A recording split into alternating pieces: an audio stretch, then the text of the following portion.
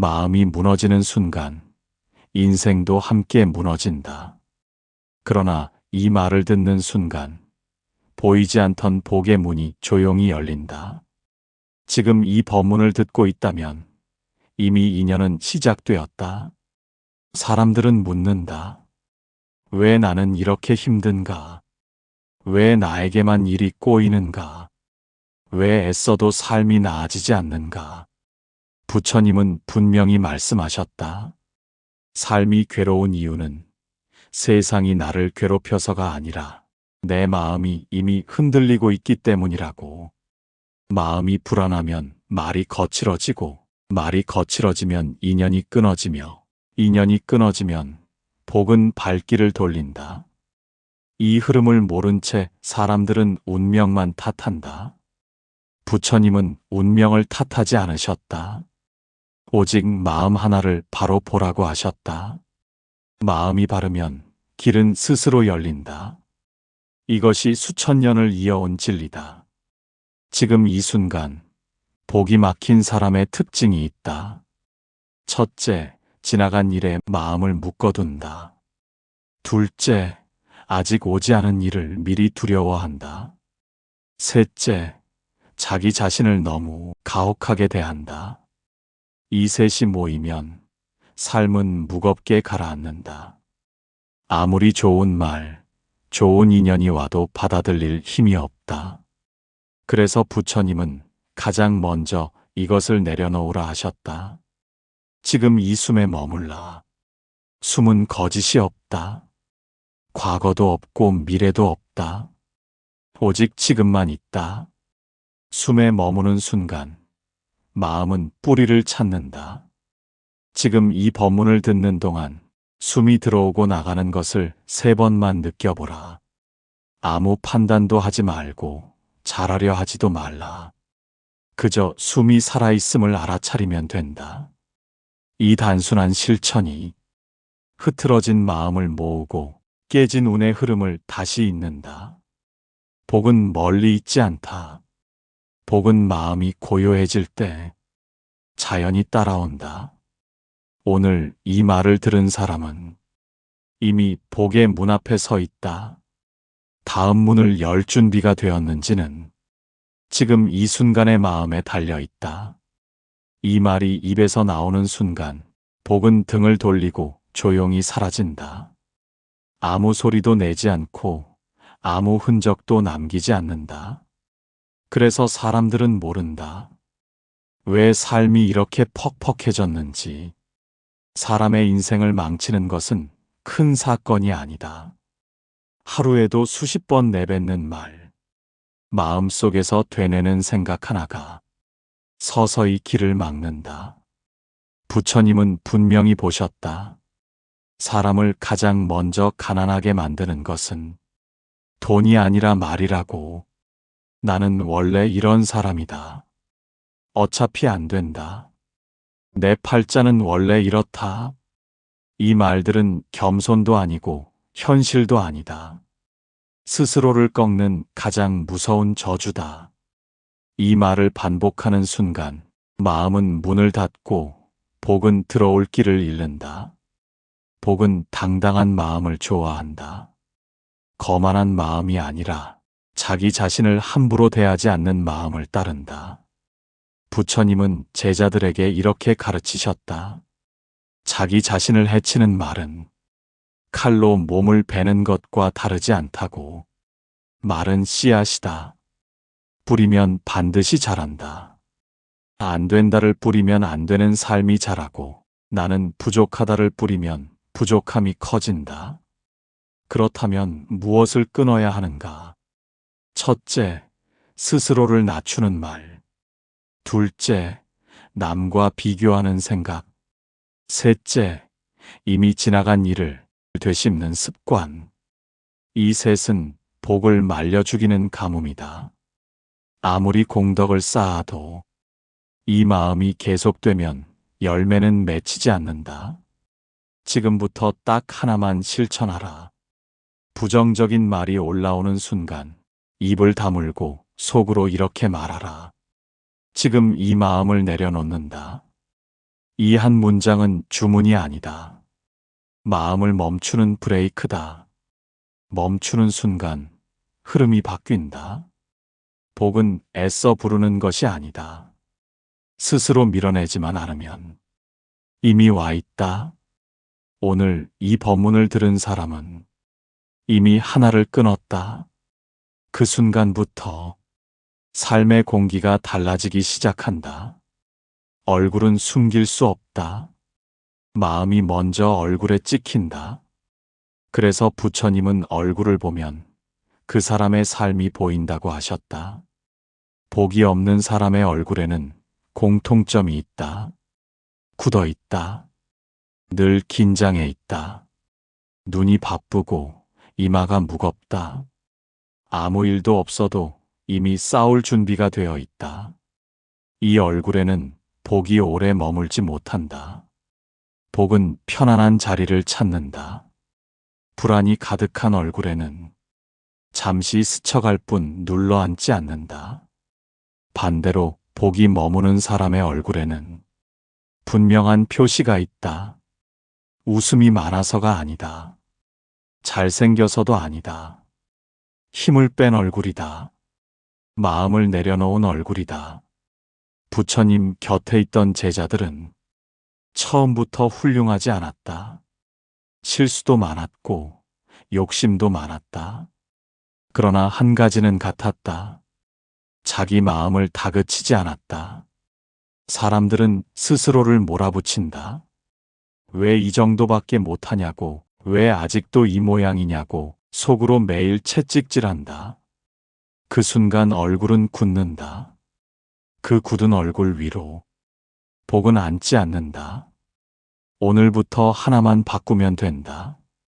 거울을 볼 때 얼굴을 고치려 하지 말고 마음을 풀어주라. 숨을 천천히 들이쉬고 내쉬면서 이렇게 마음속으로 말하라. 지금은 이대로 괜찮다. 이 말은 포기가 아니다. 자기를 인정하는 시작이다. 이 순간 얼굴에 힘이 빠지고 마음의 문이 열린다. 복은 급하게 달려오지 않는다. 문이 열리면 조용히 들어와 그 자리에 머문다. 오늘 이 법문을 들은 사람은 이미 얼굴 하나를 바꾸기 시작했다. 얼굴이 바뀌면 사람이 달라지고 사람이 달라지면 인생은 반드시 달라진다. 복은 한순간에 무너지지 않는다. 아주 조용한 틈에서 스스로 빠져나간다. 대부분 그 순간을 전혀 알아차리지 못한다. 그래서 인생은 이유 없이 무너진 것처럼 느껴진다. 부처님은 그 틈을 정확히 짚으셨다. 복이 새어나가는 결정적 순간은 화가 날 때도 아니고 실패할 때도 아니다. 사람을 원망하는 순간이다. 원망은 마음의 문을 닫는 가장 빠른 방법이다. 저 사람 때문이라고 생각하는 순간 내 삶의 주인은 사라진다. 운전대는 남의 손에 넘어간다. 사람들은 말한다. 환경이 나빴다고, 사람을 잘못 만났다고, 시대가 도와주지 않았다고. 그러나 부처님은 단호하셨다. 원망이 길어질수록 삶은 점점 가벼워지는 것이 아니라 속이 텅 비어간다고 하셨다. 왜 그런가? 원망은 마음의 에너지를 모두 밖으로 쏟아낸다. 쏟아낸 뒤에는 남는 것이 없다. 복이 머물 자리가 없다. 이때 반드시 기억해야 할 가르침이 있다. 사람은 상황보다 그 상황을 붙잡는 마음 때문에 더 아프다는 것. 지금 원망이 올라오는 대상이 있다면 옳고 그름을 따지지 말고 먼저 이 실천을 하라. 숨을 깊게 한번 들이쉬고 내쉬면서 마음속으로 분명히 말하라. 이 마음을 지금 내려놓는다. 내려놓는다고 해서 그 일을 인정하는 것이 아니다. 자기 인생의 주인을 다시 제자리로 돌려놓는 것이다. 복은 주인이 분명한 집을 좋아한다.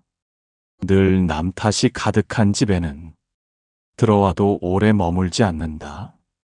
오늘 이 법문을 들은 사람은 이미 하나를 되찾았다. 원망 대신 자기 인생을 붙잡는 힘이다. 이 시간을 무너뜨리면 아무리 애써도 복은 엇갈린다. 반대로 이 시간을 지키는 순간 삶은 서서히 그러나 분명히 살아난다.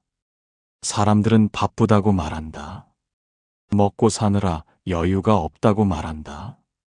그러나 부처님은 다르게 보셨다. 시간이 없는 것이 아니라 마음을 쉬게 할 자리를 비워두지 않았을 뿐이라고. 복이 붙는 사람에게는 공통점이 있다. 하루 중 아주 짧은 시간이라도 아무것도 하지 않는 시간을 지킨다. 생각을 키우는 시간이 아니라 생각을 내려놓는 시간이다. 이 시간은 길 필요가 없다. 단 몇 분이면 충분하다. 중요한 것은 매일 같은 시간, 같은 자리에서 지킨다는 점이다. 이 시간에 해야 할 것은 단 하나다. 숨을 느끼는 것, 숨이 들어오고 나가는 것을 그저 알아차리는 것. 계획도 세우지 말고, 후회도 하지 말고, 내일을 걱정하지도 말라. 이 짧은 고요가 하루의 방향을 바로잡는다. 마음이 흩어지지 않으니 말이 달라지고 행동이 달라진다. 복은 큰 공덕에서만 오지 않는다. 이렇게 지켜낸 고요한 시간 속에서 천천히 자리를 잡는다. 지금까지 인생이 늘 급했다면 지금부터는 멈추는 시간을 하나 만들라. 멈출 줄 아는 사람에게 복은 안심하고 머문다. 오늘 이 법문을 들은 사람은 이미 시간을 하나 되찾았다. 그 시간은 앞으로의 삶을 조용히 바꿀 것이다. 이 신호를 모르면 복은 스쳐 지나간다. 이 신호를 알아차리면 복은 발걸음을 멈춘다. 대부분의 사람은 이 순간을 불안이라 부른다. 그러나 부처님은 그것을 변화의 문턱이라 보셨다. 복이 오기 직전 마음은 먼저 흔들린다. 괜히 마음이 가라앉고 괜히 지난 일들이 떠오르고 이유 없이 공허해진다. 사람들은 이때 겁을 낸다. 다시 나빠지는 것 같다고, 무언가 잘못된 것 같다고. 그러나 진실은 다르다. 이 공허는 무너짐이 아니라 비워짐이다. 부처님은 그릇의 비유를 드셨다. 가득 찬 그릇에는 아무것도 담을 수 없다고. 새로운 물이 들어오려면 먼저 비워져야 한다고. 복도 그렇다. 들어오기 전 마음속 오래된 집착과 기대가 자연히 빠져나간다. 그 과정이 불안으로 느껴질 뿐이다. 이때 가장 중요한 것은 붙잡지 않는 것이다. 괜히 의미를 찾지 말고 괜히 이유를 만들지 말라. 이 신호가 올 때 이렇게 실천하라. 숨을 느리게 내쉬며 마음속으로 분명히 말하라. 지금은 비워지는 중이다.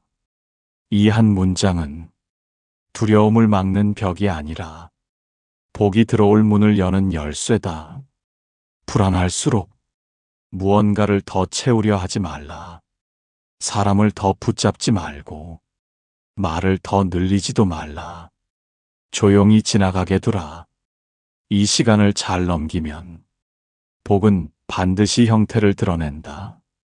오늘 이 법문을 들은 사람은 이미 신호를 알아차릴 준비가 되었다. 이제 남은 것은 서두르지 않는 것이다. 이 공덕을 아는 사람은 드물다. 겉으로 드러나지 않고 칭찬도 받지 않으며 아무도 알아주지 않는다. 그러나 이 공덕이 쌓이면 복은 작게 오지 않는다. 반드시 크게 움직인다. 사람들은 복을 키우기 위해 무언가를 더 하려 한다. 더 베풀고, 더 참아내고, 더 애쓰려 한다. 그러나 부처님은 전혀 다른 곳을 보셨다. 복을 키우는 힘은 하지 않는 것에서 나온다고 하셨다. 가장 조용한 공덕은 이것이다. 상처 주는 말을 하지 않는 것, 특히 마음속에서 자기 자신을 해치는 말을 멈추는 것이다. 사람은 하루에도 수없이 자기에게 독한 말을 던진다. 왜 이것밖에 안 되느냐? 왜 아직도 이 자리에 있느냐? 왜 이렇게 못났느냐고. 이 말들은 소리가 없어도 마음 깊숙이 상처를 낸다. 그 상처 위에서는 아무리 좋은 인연도 자라지 못한다. 부처님은 자기 마음을 보호하는 것이 가장 큰 자비라고 하셨다. 남을 돕기 전에 먼저 자기 마음을 다치지 않게 하라고. 이 공덕은 아무도 보지 않는다. 그러나 삶은 정확히 반응한다. 자기를 괴롭히지 않는 사람에게 인생은 조금씩 부드러워진다. 오늘부터 이렇게 실천하라. 실수했을 때, 마음이 무너질 때 자기에게 단 한마디만 허락하라. 그래도 여기까지 잘 왔다. 이 말 하나가 마음을 일으켜 세운다. 마음이 다시 서면 운도 다시 선다. 복은 소란스러운 사람보다 조용히 자기 마음을 지키는 사람 곁에 오래 머문다. 그곳이 가장 안전한 자리이기 때문이다. 오늘 이 법문을 들은 사람은 이미 큰 공덕 하나를 시작했다. 아무도 모르지만 삶은 반드시 기억할 것이다. 이 기운이 흐르는 집에서는 아무리 애써도 삶이 막힌다. 돈의 문제도 아니고 사람의 문제도 아니다. 집안을 떠도는 마음의 온도다. 부처님은 공간을 보셨다. 집은 단순한 건물이 아니라 그 안에 쌓인 마음의 흔적이라고 하셨다. 말과 생각과 숨결이 매일 그 자리에 남는다. 복이 끊기는 집에는 공통된 기운이 있다. 항상 급하다. 말이 빠르고 숨이 얕고 조용히 쉬는 시간이 없다. 이 집에서는 아무도 편히 머물지 못한다. 몸은 쉬어도 마음은 떠돌고 마음이 떠도는 곳에 복은 뿌리를 내리지 않는다. 특히 가장 위험한 순간이 있다. 집안에서 짜증 섞인 말이 습관처럼 오갈 때다. 큰 싸움이 없어도 이 작은 날카로움이 집의 공기를 바꾼다. 부처님은 집안의 말이 부드러워지면 인연도 부드러워진다고 하셨다. 말이 바뀌면 집의 기운이 먼저 달라진다. 지금부터 아주 작은 실천 하나만 하라. 집에 들어올 때 문 앞에서 숨을 한 번 고르고 마음속으로 이렇게 말하라. 이곳은 쉬는 자리다. 이 한 생각이 집의 기운을 바꾼다. 말이 달라지고 표정이 달라지며 머무는 시간이 달라진다. 복은 따뜻한 집을 좋아한다. 화려한 집이 아니라 마음이 쉬는 집을 찾는다. 오늘 이 법문을 들은 사람은 집 하나를 정화하기 시작했다. 집이 달라지면 그 안에 사는 인생도 반드시 달라진다. 이 인연이 끊어질 때 사람들은 불행이 시작되었다고 착각한다. 그러나 부처님은 분명히 말씀하셨다. 이별이 아니라 정리라고. 복이 크게 움직이기 전에는 반드시 하나의 인연이 떠난다. 사람일 수도 있고 일일 수도 있으며 오래 붙잡고 있던 기대일 수도 있다. 이때 마음은 크게 흔들린다. 왜 지금 떠나느냐고 묻고 왜 하필 나에게 이런 일이 오느냐고 외친다. 그러나 그 질문 속에는 붙잡으려는 마음만 남아있다. 부처님은 붙잡는 손에는 아무것도 쥐어질 수 없다고 하셨다. 손을 놓아야 새로운 것이 들어온다. 복이 오기 전 끊어지는 인연에는 분명한 특징이 있다. 이미 나를 소모시키고 있었다는 점이다. 만나고 나면 기운이 빠지고 생각할수록 마음이 무거워지고 참고 견디는 일이 당연해져 있었다. 그럼에도 사람들은 말한다. 오래된 인연이라서 정이 있어서 지금까지 버텼으니 더 버텨야 한다고. 그러나 부처님은 버팀과 인내를 구분하셨다. 마음을 닳게 만드는 관계는 수행이 아니라 소모라고. 복은 소모된 마음 위에 앉지 않는다. 이미 비틀린 자리에는 아무리 좋은 운도 오래 머물지 못한다. 인연이 떠날 때 가장 해서는 안 되는 것이 있다. 자기를 탓하는 것이다. 내가 부족해서, 내가 잘못해서 이렇게 되었다고 마음을 찌르는 순간 복은 다시 멀어진다. 이별의 순간에 필요한 것은 자책이 아니라 이해다. 이 인연은 여기까지였다는 조용한 인정이다. 이때 이렇게 실천하라.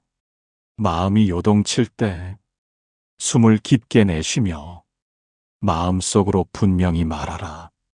이 인연은 내 길을 비켜주었다. 이 말은 상대를 미워하는 말이 아니다.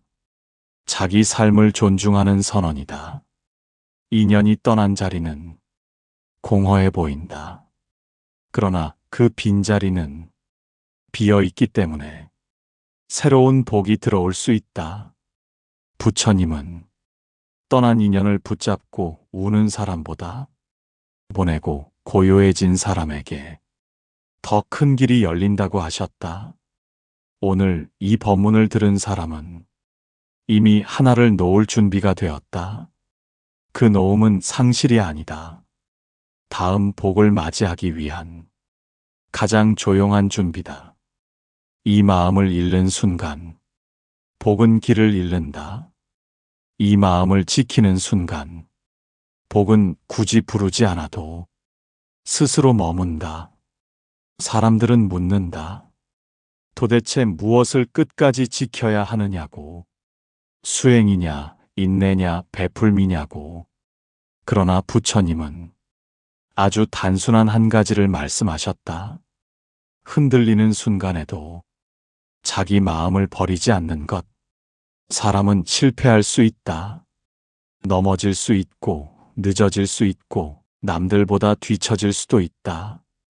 그러나 그 순간 자기 자신을 포기하는 마음이 들면 그때부터 복은 설 자리를 잃는다. 자기 마음을 버린다는 것은 희망을 잃는 것이 아니다. 자기 자신을 함부로 대하는 것이다. 그것이 가장 깊은 가난이다. 부처님은 세상에서 가장 귀한 존재를 묻는 질문에 조용히 이렇게 답하셨다. 지금 이 숨을 쉬고 있는 마음이라고. 지금 이 마음을 미워하지 말라. 조급해하지 말라. 다그치지 말라. 삶이 뜻대로 되지 않을 때 사람들은 자신에게 가장 먼저 화를 낸다. 왜 이것밖에 안 되느냐고, 왜 아직도 이 자리에 있느냐고. 그 순간 마음은 움츠러들고 복은 그 움츠러든 틈으로 조용히 빠져나간다. 이제 마지막 실천을 전한다. 아주 힘든 날, 아무것도 잘 되지 않는 날, 딱 이 한 문장만 마음속에 남겨두라. 지금도 나는 살아있다. 이 말은 위로가 아니다. 가장 깊은 사실이다. 살아있다는 것은 다시 일어날 자격이 있다는 뜻이다. 숨이 있다는 것은 아직 끝나지 않았다는 증거다. 복은 완벽한 사람을 찾지 않는다.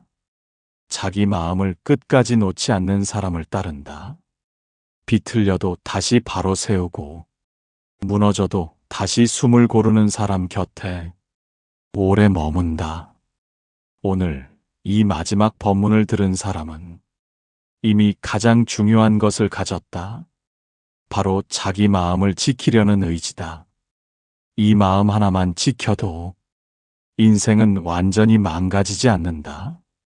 이 마음 하나만 지키면 복은 평생 떠나지 않는다. 이 말씀을 마음에 담았다면 이제 충분하다. 복은 이미 조용히 곁에 와 있다. 이 말씀이 오늘 마음을 조금이라도 가볍게 했다면 그 인연을 놓치지 않기를 바란다.